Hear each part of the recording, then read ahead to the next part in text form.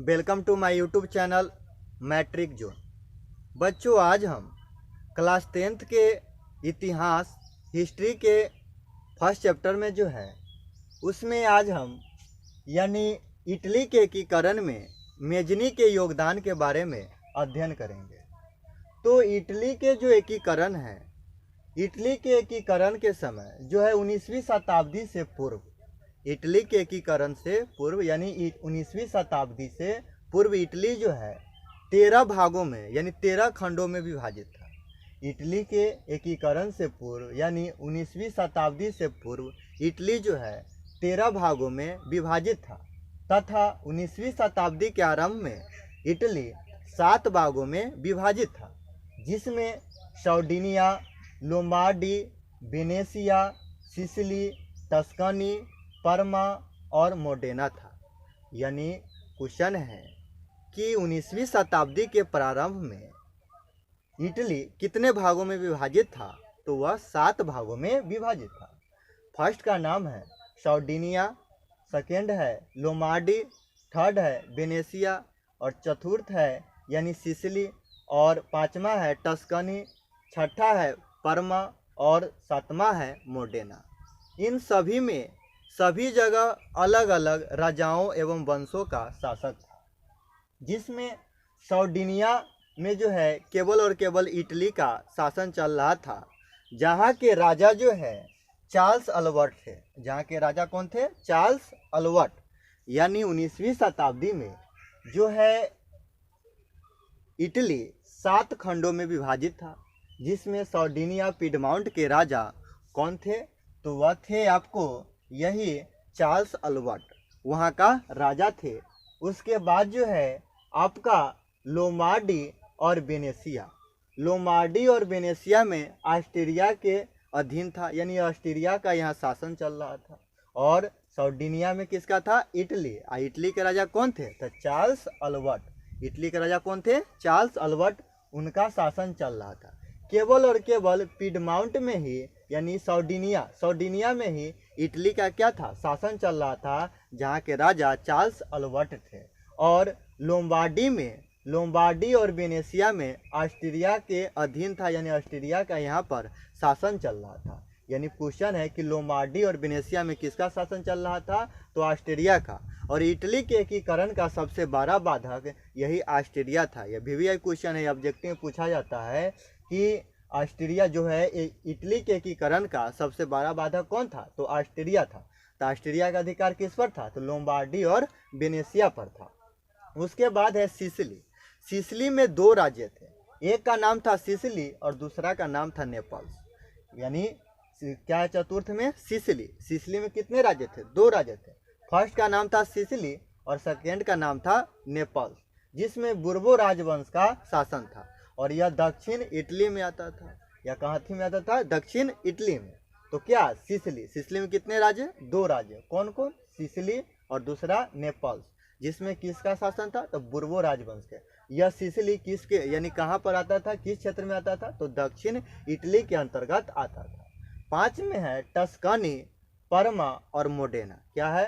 Tuscany, Parma और Modena. इन तीनों पर पोप के अधीन था। ये तीनों कहाँ था? पोप के अधीन। और यहाँ जो है यह मध्य इटली में आता है, और यह कहाँ पर? मध्य इटली में आता है।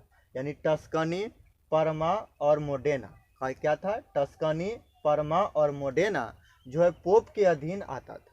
और यहाँ के जो धर्मगुरु थे वह चाहते थे कि इटली का जो एकीकरण हो वह धर्म के आधार पर हो और सभी जगह जो है आपका पोप धर्म का फैलाव हो।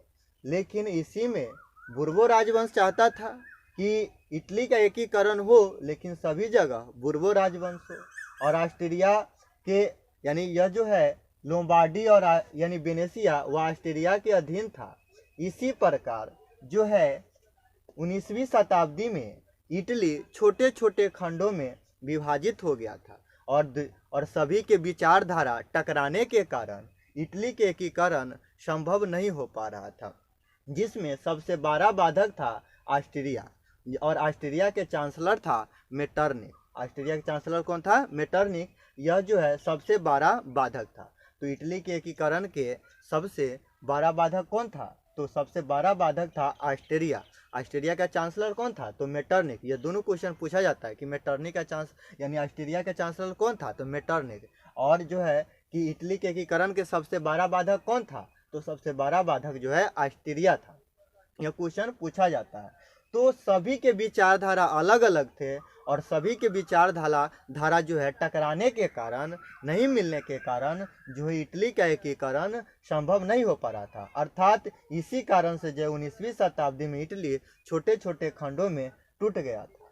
इटली के एकीकरण जो है 3 चरणों में पूरा हुआ था। इटली के एकीकरण कितने चरणों में पूरा हुआ था? तो 3 चरणों में। फर्स्ट चरण में मेजनी का योगदान था, सेकेंड चरण में काउंट काबूर का योगदान था और थर्ड चरण में गैरीबाल्डी का योगदान था। ये क्वेश्चन है कि इटली का एकीकरण कितने चरणों में पूर्ण हुआ था? तो इटली का एकीकरण जो है 3 चरणों में पूर्ण हुआ था। फर्स्ट है मेजनी का योगदान, सेकेंड है काउंट काबूर का योगदान और थर्ड है गैरीबाल्डी का योगदान। फिर से हम एक बार रिवाइज करते हैं। यानी 19वीं शताब्दी में इटली जो है कितने खंडों में बटा था? तो 13 खंडों में विभाजित था। और 19वीं शताब्दी के पूर्व में जो है 13 खंडों में बटा था और 19वीं शताब्दी के आरंभ में जो इटली था वह 7 खंडों में विभाजित था, जिसमें सार्डिनिया में किसका शासन था? तो इटली का। तो इटली के राजा कौन थे? तो यानी चार्ल्स अल्बर्ट जो है इटली का क्या थे? राजा थे। उसके बाद है लोम्बार्डी और वेनेशिया। लोम्बार्डी और वेनेशिया में किसका अधिकार था? तो ऑस्ट्रिया के, यानी ऑस्ट्रिया के अधीन था। तो ऑस्ट्रिया के चांसलर कौन था? तो मेटरनिक था, जो इटली के एकीकरण का क्या था? सबसे बड़ा बाधक था। उसके बाद जो है सिसिली में कितने राज्य थे? तो 2 राज्य थे। कौन कौन? तो एक सिसिली है और दूसरा क्या है? नेपल्स है। तो इसमें किसका शासन था? तो बुर्बो राजवंश का शासन था। यह किसके यानी सिसिली यानी इटली के किस क्षेत्र में आता था? तो दक्षिणी क्षेत्र में आता था। नेक्स्ट है टस्कनी, परमा, मोडेना। यह जो है पोप के अधीन आता था। टस्कनी, परमा और मोडेना किसके अंतर्गत आता था?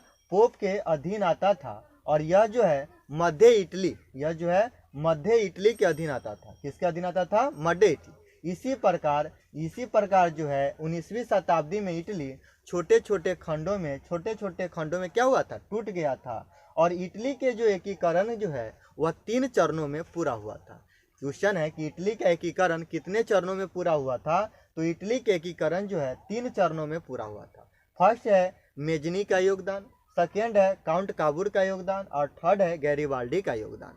यानी अब हम पढ़ेंगे कि इटली के एकीकरण में मेजनी का क्या योगदान था। इटली के एकीकरण में मेजनी का क्या योगदान था? तो मेजनी जिसका जन्म 1807 ईस्वी को जेनेवा में हुआ था। मेजनी का जो है जन्म कब यानी कहाँ हुआ था? तो जेनेवा में। कब हुआ था? तो 1807 ईस्वी में। क्वेश्चन है कि मेजनी का जन्म कब हुआ था? तो 1807 ईस्वी को। कहाँ हुआ था? तो जेनेवा में हुआ था। जो मेजनी जो है बचपन से ही यह क्रांतिकारी विचारधारा के था। मेजनी बचपन से ही क्या था? क्रांतिकारी विचारधारा का था। और इन्होंने जब यानी 24 वर्ष के हुए तो इन्होंने यानी कार्बोनारी गुप्त संस्था जो था उसका सदस्य बन गए। कौन? मेजनी। मेजनी का जन्म कब हुआ था? तो 1807 ईस्वी को। कहाँ हुआ था? तो जेनेवा में हुआ था। यह बचपन से ही क्रांतिकारी विचारधारा के थे, जिसके कारण इन्होंने अपना पढ़ाई पूरा करने के बाद अपने जब पूरी पढ़ाई कर ली तब इन्होंने कार्बोनारी गुप्त संस्था का सदस्य 1830 ईस्वी को ग्रहण किया। जब इन्होंने यानी 1830 ईस्वी को कार्बोनारी गुप्त संस्था का सदस्य ग्रहण किए, उस समय इटली का जो राजा था चार्ल्स अल्बर्ट था। इटली का राजा कौन था? Charles Albert. किस समय? यानी जब मेजनी जो है क्या किया था? यानी सदस्य ग्रहण किया था। किसका? कार्बोनारी गुप्त संस्था का। तो कार्बोनारी गुप्त संस्था का सदस्य मेजनी 1830 ईस्वी में बने हुए थे। उस समय इटली का जो राजा थे वह चार्ल्स अल्बर्ट थे। चार्ल्स अल्बर्ट के पास मेजनी ने एक इटली के एकीकरण के लिए एक पत्र लिखे। कब? तो 1831 ईस्वी में। यानी क्या है कि मेजनी क्या था? तो मेजनी का जन्म जो है 1807 ईस्वी को कहाँ हुआ था? जेनेवा में हुआ था। मेजनी का जन्म कब हुआ था? 1807 ईस्वी को। कहाँ हुआ था? तो जेनेवा में हुआ था।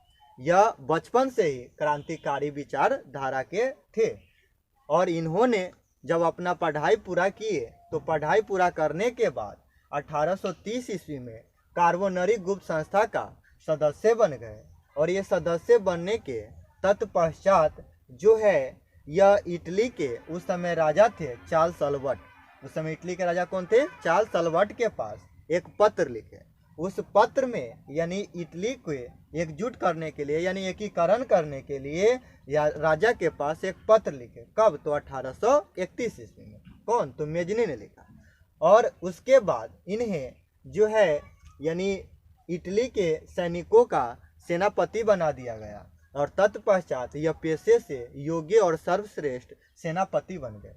सेनापति बनने के बाद इन्होंने 24 वर्ष की अवस्था में लगभग लिंगुरिया पर, इटली का एक शहर है लिंगुरिया, उस पर आक्रमण किए। प्रथम बार आक्रमण करने का प्रयास किए जिसके कारण इन्हें पकड़ लिया गया और पकड़ के सेनोना जेल में रख दिया गया। कब? तो इन्होंने प्रथम बार कहाँ पर? लिंगुरिया में आक्रमण करने का क्या किया? योजना बना रहा था। उसी के दौरान इन्हें क्या किया गया? पकड़ लिया गया और पकड़ करके सेनोना जेल में रख दिया गया, जहाँ पर इन्होंने 1 वर्षों तक रहा था। इटली के सेनोना जेल में डाल दिया गया, जहाँ पर यह क्या किए? 1 वर्षों तक रहे थे। वहाँ से निकलने के बाद जब ये बाहर आए जेल से तो इन्होंने 2 गुप्त संस्थाओं का गठन किए थे। कितने? 2। कौन कौन? तो यंग इटली और दूसरा है यंग यूरोप। यानी क्वेश्चन पूछा जाता है कि यंग इटली की स्थापना किसने किया था? तो मेजनी ने। VVI क्वेश्चन है, पूछा जाता है ऑब्जेक्टिव में कि यंग यूरोप की स्थापना कौन किया था? तो मेजनी ने। यंग इटली की स्थापना किसने किया था? तो मेजनी ने। यंग यूरोप की स्थापना किसने किया था? तो मेजनी ने। यंग इटली जो है, यंग इटली की स्थापना 1831 ईस्वी में किसने किया था? मेजनी ने किया था। कहाँ पर किया था? तो स्थान है मार्सेई। मार्सेई नामक स्थान पर जो है मेजनी ने, मार्सेई नामक स्थान पर मेजनी ने यंग इटली की क्या किया था? स्थापना किया था। और इसके स्थापना का मुख्य जो उद्देश्य था, इसका मुख्य उद्देश्य था कि लोगों में राष्ट्रवाद की भावना का प्रसार करना। इन्होंने यानी यंग इटली के सदस्यों ने यानी इटली में इतना जो है कि राष्ट्रवाद की भावना का प्रसार किए, जिससे 60,000 लोगों ने इसका समर्थन करने लगा। तत्पश्चात जो है इसी पश्चात उसके बाद जो है यंग यूरोप जिसकी स्थापना 1804 ईस्वी में किया था। यंग यूरोप की स्थापना कब किए थे मेजनी ने? तो 1800 यानी 34 ईस्वी में। यंग यूरोप की स्थापना जो है मेजनी कब किए थे? तो 1834 ईस्वी में। जब मेजनी ने यंग यूरोप की स्थापना 1834 ईस्वी में किए थे तो इसका मुख्य उद्देश्य था कि इटली का एकीकरण करना। यानी जो यंग यूरोप के जो सदस्य थे वह घूम घूम कर भ्रमण कर करके यह प्रसार करते थे कि जब इटली के एकीकरण हो जाएगा तो हमें क्या लाभ होंगे, इसके बारे में क्या करते थे? यानी यंग यूरोप जो है इसका प्रसार करने का काम करते थे। इसी कारण से जो है इतालवी राष्ट्रवाद का मसीहा मेजनी को कहा जाता है। क्वेश्चन है कि इतालवी राष्ट्रवाद का मसीहा किसे कहा जाता है? तो मेजनी को। इसीलिए कुछ दिनों के बाद कालांतर में आकर के ऑस्ट्रिया जो है इटली के कुछ भागों पर, ऑस्ट्रिया क्या किया था? इटली के कुछ भागों पर आक्रमण कर दिया। और आक्रमण के तत्पश्चात क्या हुआ कि इटली के राजा चार्ल्स अल्बर्ट का पराजित हो गया, जिससे वहाँ पर जन आंदोलन को कुचल दिया गया। और इस प्रकार जो है मेजनी